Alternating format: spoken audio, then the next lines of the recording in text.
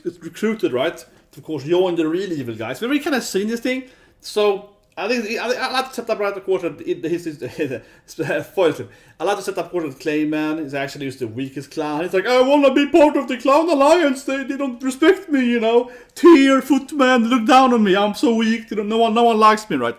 So yeah, he's like, you know, giving you a chance here, right, to be part of the something greater. Of course, I will resurrect your demon lord, right? Yeah, the clowns, demon they follow, right? But I don't know. I think this would be, I don't know what's in the sword, but it's the same thing, right? Because we already know that they're working with him. Because we have already revealed. We've seen the Laplace part, right? When Laplace mentioned that it goes with the vampire and so on. You know, I wonder if this reveal to me isn't that big. It's like, oh yeah, of course Clayman is working for him. Of course Clayman was part of that stuff. Like we already kind of know that more or less, right, with Laplace and so on. Yeah. So this would have been like a huge twist. It of course was the first time we see that he was working with them, right, in this capacity. He was recruited here. Now I already assumed he was, you know, working for him, you know. I read it, right? Yeah, it's a little bit like I can't really assume it was true. And he's like, don't let them trick you, Clayman. You are very weak. Yeah, I guess that's the biggest point. That Clayman is actually the best part of the episode. Of course, it's MILIM being like, ho, I was just pretending. Yeah, and just being super smug about it. And Veldora is like, oh, I always knew. Like, you know, oh yeah, my niece, I always knew, man. I was like Hadokening her. Yeah, she's like, come on, guys, it's me, MILIM. I was really pretending. I was like really passionate about it. No, that was great. And she was super smug all the time, right? She was super smug constantly. And the character's like, well, you destroyed my country and you beat the crap out of me. I was just pretending. I was just, you know, passionately pretending. It was a prank, bro. It was a prank. It's like, yeah, I had to, you know, make it look real, right? Yeah, you killed all my people. You know, cities, like, whatever, you can rebuild that. But yeah, so MILIM, of course, was never actually controlled.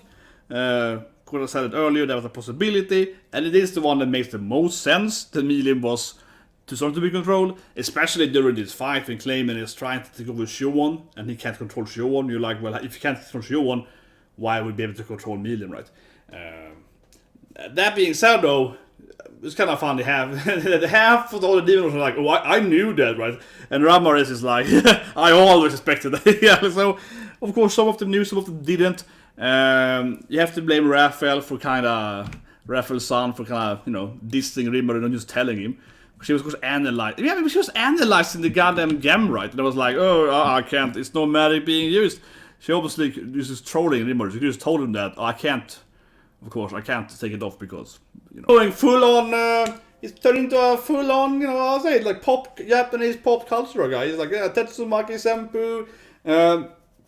I do find it a little strange. The Kamehameha makes more sense about it. Of course, he's doing the Kamehameha later. That makes more sense, obviously Dragon Ball. Because he's reading all these holy scripts, right? So I don't really know how he's like reading that and getting into like Street Fighter references. Yeah, honestly, I don't know how he went from like reading manga into like, oh, I know fighting game mechanics now. Of course, there are some Street Fighter mangas and anime and so on to post based on the game. So I guess you could read that, right? But yeah, so Veldora was just throwing out all these different references. Hadoken spamming her. That's a good part of it. Not only did he do like one Hadoken, he did like 10 Hadokens. I was like, yeah, this is Street Fighter. It's like Hadoken until like, all the character, you know, jumps or something. Right? So I was like, yeah, you know what? He's really playing Street Fighter. He's spamming Hadoken until they get close or something. Like, this doesn't even hurt me. Like, what's happening? This has no effect on me, right?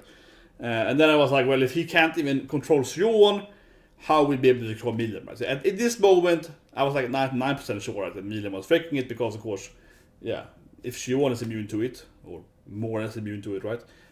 Why would you work on a true demon lord? Yeah, that doesn't make any sense.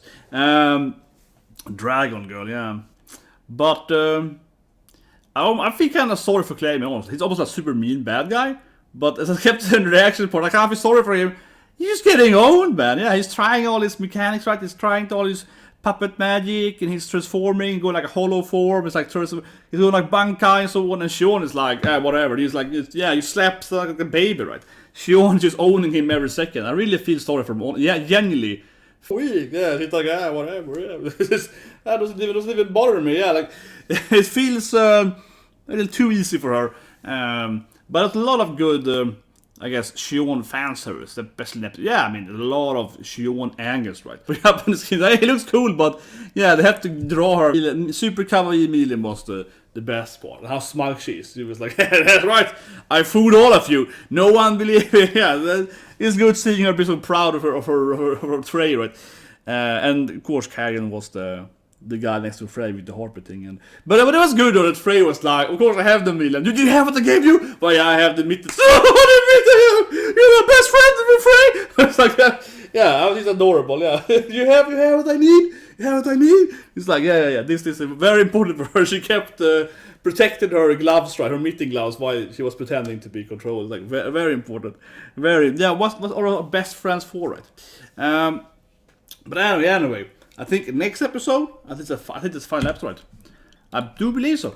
I think it's the final episode, and we're gonna have, we're gonna have the final part, right?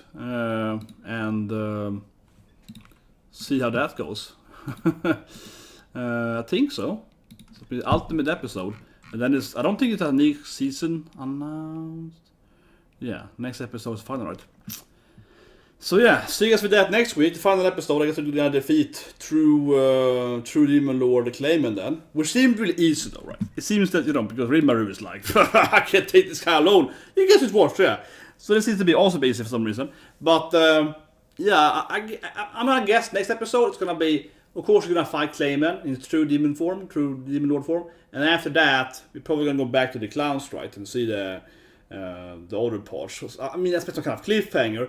They even have this anime does it, because I'm anime only, but this anime, they love to jump a lot, right, in this anime, since the one jumped over a lot of stuff. I definitely expect them to kind of, the last 5 or so minutes next week is probably going to be like a jump, right? They're probably going to jump into like this cliffhanger happening 10 episodes from now. They're probably going to jump, I feel, a huge jump to show some kind of, this person is a traitor or something. Honestly, that's my effort to be ending this next episode. They're probably gonna show some big reveal, right? That if you read the novel, that reveal is probably like way later. But I think they're gonna pop that in right in the middle of it, so you'd be like, oh shit, this is gonna happen, right? So you're gonna go and read the novel. That would be my guess. I don't think they have announced season 3, but I think Slime, very well received, right? A lot of money and so on. So my guess would be that they're probably gonna announce season 3 next week. They usually do announce it right with this last episode, most animes. That's very common. So let's see. They're probably gonna do some OVAs, of course. That are very etchy usually, and also some. Hopefully, I said it. But last season of season 1, they did these OVAs. Some of them were etchy, right? Like the Sumo OVA, it was awesome. But some other OVAs for like a recap OVA, yeah. So I hope they don't do that stuff again, right? Where it's like half the episode's recap, and it's like 5 minutes or new stuff, right? They have like 10-minute recap, 5 minutes, and then more recap. They did last stuff with like Diablo. They kind of had, show a little bit of Diablo. There's like recap, yeah. So hopefully they do like a full episode OVAs with side characters. But honestly, my guess, honestly though, is that they're gonna do the same thing like last season. They're gonna do this recap OVAs, right? Like this is Veldora's perspective, something like, which is like a little different, but still mostly recap. Right? That's my guess, honestly. There's probably gonna be 2-3 of this like episode, 24 and a half kind of thing going on. That would be my guess, though. That's usually how they do it, and then of course some etchy OVAs afterwards. But anyway, guys, I'm gonna take a short break. Then I watch Idaten, the Galvanos piece, because apparently now it goes on Tuesdays, and yeah, so I guess Idaten isn't coming on Thursday. It's probably coming on next Tuesday then, episode 10, right? Very strange. I've never seen an anime before. I've never seen an anime you kind of change dates and so on, like days. Yeah, starting airing it another day. Probably happened of course before, but I don't think in the last years at least I followed. There is a guys soon with Idaten, episode 9 then, coming up shortly from now.